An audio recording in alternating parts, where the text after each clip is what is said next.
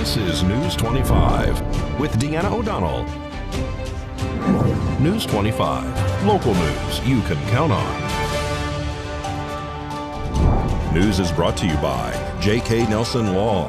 Give them a call, 727-9900. News is also brought to you by Desert View Hospital. You can count on us. Welcome to News 25 here on KPVM TV and Ace Country Radio. Today is Wednesday, September 14th. Well, the district court in Pahrump was crowded this morning for a court hearing concerning the custody of Caucasian shepherds that Nye County has confiscated from an individual who has been accused of animal abuse, Vasily Platonov. 254 dogs and the 24 dogs. This case appears to have involved many more dogs than originally thought, as learned today by News 25. Nye County Sheriff's Office Detective Morgan Dillon told News 25 that when the Est Alpha Kennel property in Amargosa was searched on August 23rd, that there were dogs that were missing feet. Detective Dillon said Est Alpha Kennel's caretaker, Oksana Higgins, was at first attempting to cover the dog's feet and then behaving like it was not a big deal. The officer also said that Vasily Platonov dismissed the maimed and tortured animals as well when talking to him about the dogs, even the one that originally started this case that had a limb missing. Dogs were in poor condition with sores all over their bodies from lying in urine, some with maggots on them, and even in their eyes. They had open wounds and injuries, were starving and neglected in extreme temperatures. He said that puppies were inside the garage area that had no airflow and appeared to be deceased. The officer said Higgins had to poke them to get them to respond with little movement. Many animals had parvo and some euthanized. There are all types of disease and worms on the animals that are not purebred but mixed breeds. Armenian Gamfer, Ovcharka Caucasian Shepherd, and Russian Caucasian Shepherd. News 25 learned today that a crematorium in Las Vegas has cremated at least 88 dogs in the past few months from Est Alpha Kennels. They also say that there is various veterinarians in Las Vegas who has been taking care of these animals and putting them to sleep or attending to different injuries, wounds, and illnesses. The animal pit in Amargosa had 28 dogs deceased inside of it, and a freezer had 24 dead puppies here inside of it in Pahrump. In 2019, at a regional planning commission meeting, neighbors complained that Platonov was burning what they thought was feces on the property. Some thought that it may have been deceased animals. Neighbors reported that they saw dead dog bodies in the trash. Platonov was still able to keep the dogs on the property in Pahrump, though he was not approved for a kennel license for that many animals. The county commented that they did not want to take custody of the animals since it was such a huge undertaking. Instead, he made arrangements to move the animals to a location in Amargosa. The ASPCA attempted at one time to help Nye County with the dogs, but that request was rejected. Today, Judge Robert Lane said he wanted to give Platonov's attorney, Tom Gibson, more time to respond to the allegations against his client.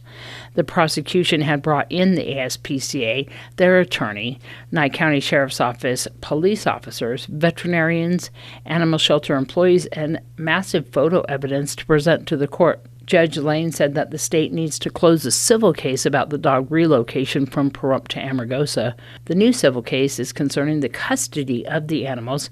Attorney Gibson said Platonov has sold a few of the dogs that are currently under the care and custody of the Nye County Sheriff's Office, and that he has already collected money on those animals. The judge has set an evidentiary hearing for September 29th at 8:30 in the morning, and the criminal case arraignment for Vasily Platonov and Oksana Higgins will be October 3rd at 9 a.m.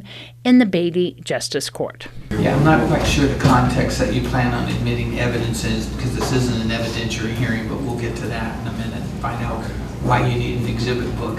Well, I thought we were going to talk about the law, but you tell me what we're here for, Brad. Okay, I thought it was a hearing on the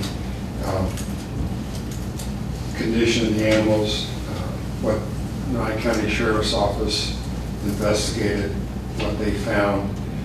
So under 574, the court would order a forfeiture, as it were, to the Nye County Sheriff's Office. That was my understanding of the purpose of the hearing today. We had 2 or 3 years worth of hearings on a civil case regarding the dogs being in Pahrump. Too many dogs in Pahrump, and it wasn't zoned for it. So Tom went in front of the commissioners, and knowing Tom, he probably went to the feds and all kinds of stuff. I imagine you did, trying to say, hey, he should be allowed to have all these dogs in Pahrump. And it was in front of me civilly, and we said, no, you can't have the dogs in Pahrump. Right. And then over the next 2 or 3 years, we had multiple hearings of you guys saying, oh, he's trying to move the dogs, he found a property, he's got people who are helping him, and install, 6 months, 4 months, 6 months, we had all these hearings. And the record should be clear that in that time frame, nobody ever once said to me, there's problems with the dogs.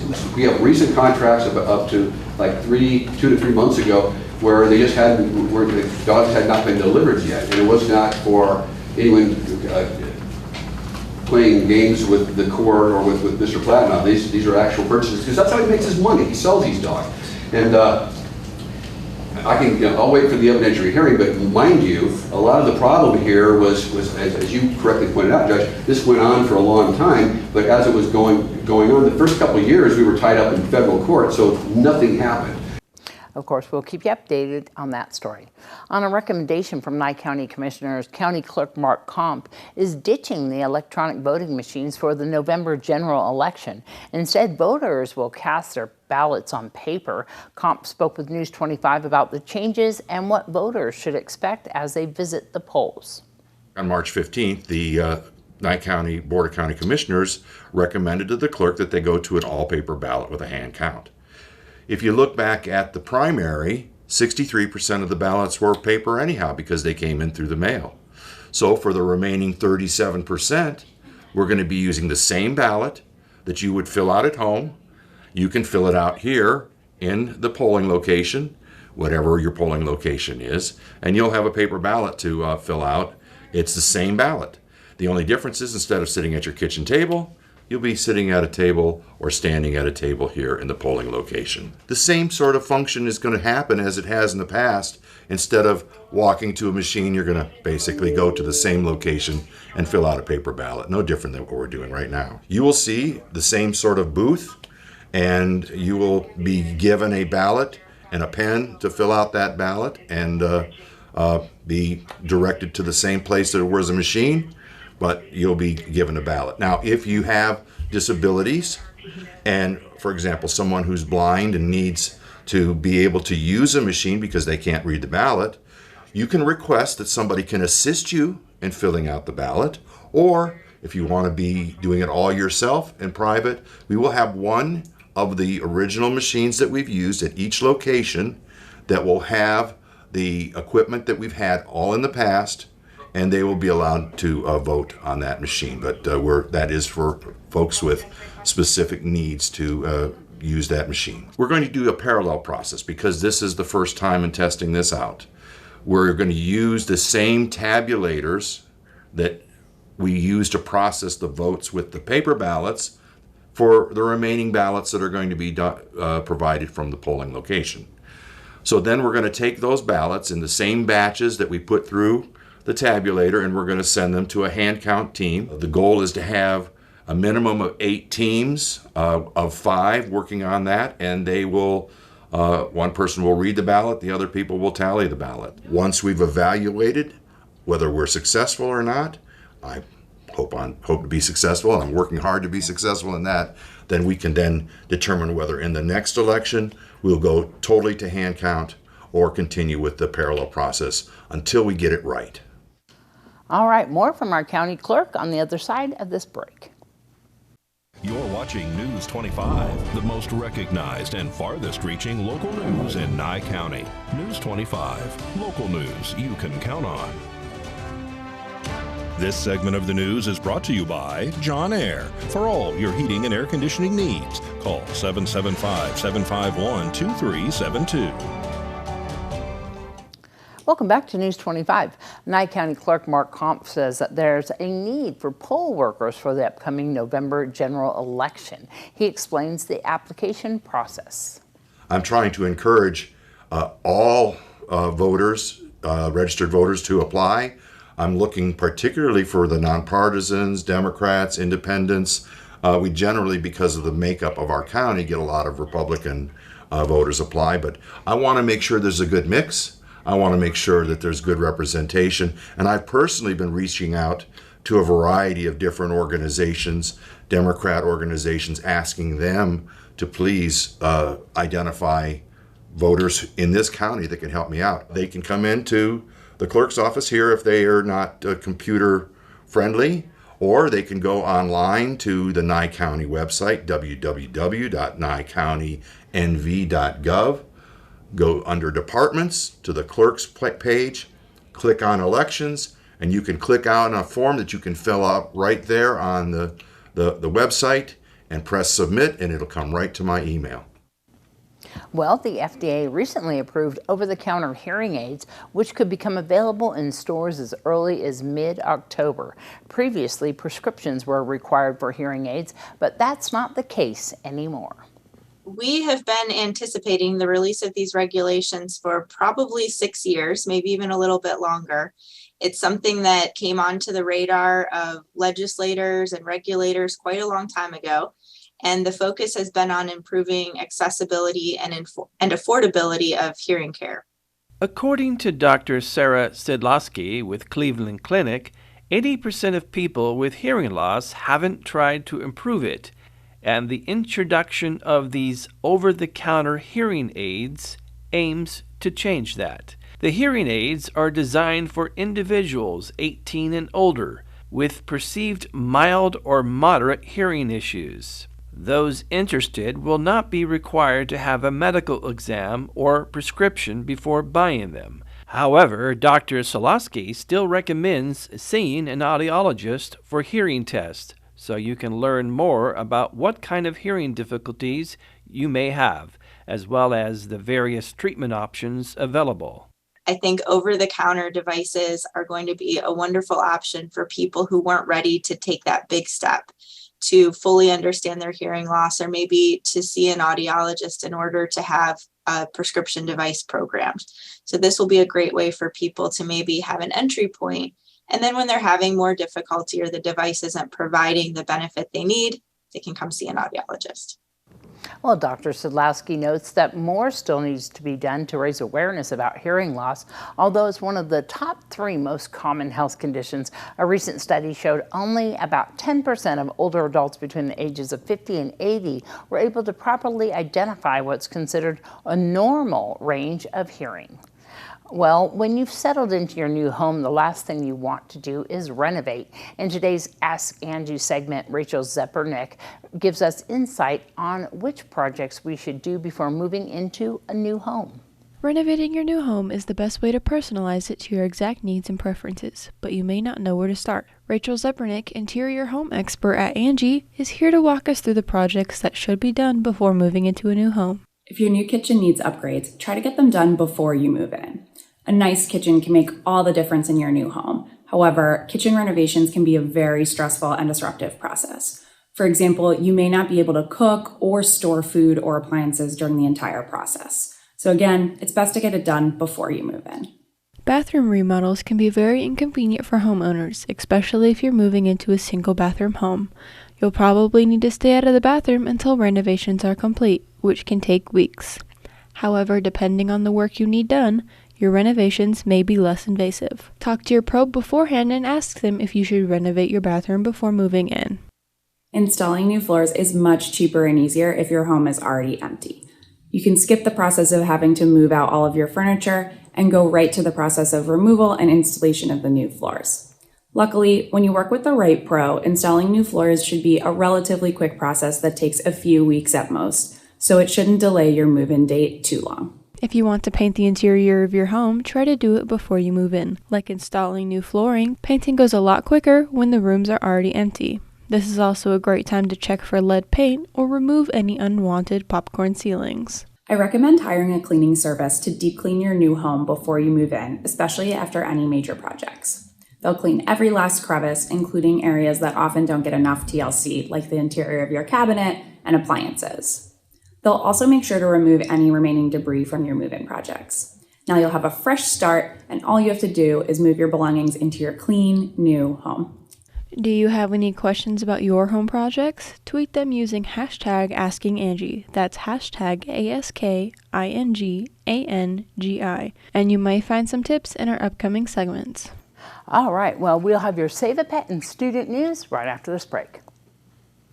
You're watching News 25, brought to you by Mountain West Lawyer, Injury Attorneys, 727-9500. Also brought to you by Silver State Health. Visit silverstatehealth.org or call 702-471-0420 for an appointment. News 25, local news you can count on. Well, there's breaking news that just came in when we were on the news desk here. There have been 3 individuals who have been arrested for murder here in Nye County related to a fentanyl overdose case. Of course, you know that District Attorney Chris Arabia has made it his mission to make sure that anyone who contributes to the death of an individual by giving them any kind of drugs that cause their ultimate death will be charged with murder. There's 3 individuals that have now been arrested by the Nye County Sheriff's Office, and we have now posted that on our Facebook page. Of course, we'll be giving you a further update on tomorrow night's newscast. Well, today in our Save a Pet, we're at Never Forgotten Animal Society, where Pat Lemming tells us about Graham the dog. Today's Save a Pet segment is made possible by Realty Executives in Action. Put the team at Realty Executives in action for you. Hi, this is Pat with Never Forgotten Animal Society in Pahrump. I have here graham cracker on my left-hand side, and I got some more licking my face here. These are part of the 70 Chihuahuas that we rescued here recently from the horde in Pahrump. And these are my little girls, and they are available for adoption. They are been fixed. They've had all their shots, rabies certificate, and microchipped, and the adoption fee is $250 to adopt them. And as you can see, they're very sweet little girls. We have all kinds of sizes, and we have about 5 females left. We've got 4 little boys left, and you're more than welcome to come over and visit with them and meet them. We are at 520 East Street, Suite C in Pahrump, right behind Wells Fargo Bank on East Street. And you're welcome to come in anytime. We're open Monday through Saturday from 10 until 5 every day. So come on by and see them. They would love to meet you. And here's our own Rory with your student news. Hello Trojans, it's Rory Rosso with your weekly student news report, and this week we have a few things for seniors. Seniors at Pahrump Valley High School senior parking spots are now available. It is $15 to paint your own parking spot, and these interest forms are due Friday, September 16th. Another thing for seniors at Pahrump Valley High School, please help Student Council pick your senior song. This will play at the 2023 graduation. To make requests, you can go to the senior Instagram page at PV Class 23. This form will be in the bio of that page. Everyone at Pahrump Valley High School come support our Trojan football team this Friday at the home game. Junior varsity is at 4 and varsity is at 7. This week is beach themed, so let's roll our way into another win. Now for the last announcement for everyone, not just students. Pahrump Fall Fest is this next weekend on the 22nd, 23rd, 24th, and 25th. On the 23rd and 24th, we have our rodeo, and also on the 24th, we have a parade on Highway 160 at 9 a.m. The roads will be closed about 8 a.m., so if you want to attend, make sure to bring your folding chairs and your applauds. For more information for this year's Fall Festival and full schedule of events, you can go to the Pahrump Fall Festival on the web. Alrighty, that's it this week, Trojans. I am Rory Rosso with your weekly student news report. Bye. News 25 Weather Cam is brought to you by Lerner and Rowe Injury Attorney's Office in Pahrump. In a wreck, need a check? Call 702-877-1500. Taking a look outside, and it is beautiful. Look at that mountain and those clouds, blue skies. We're going to find out what's in store with Romano right after this break.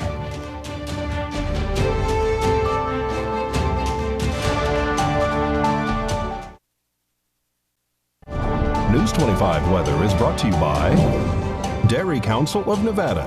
The splash of cream in your coffee, the dollop of sour cream on your burrito, the melted toasty cheese on your pizza. Undeniably delicious, undeniably dairy.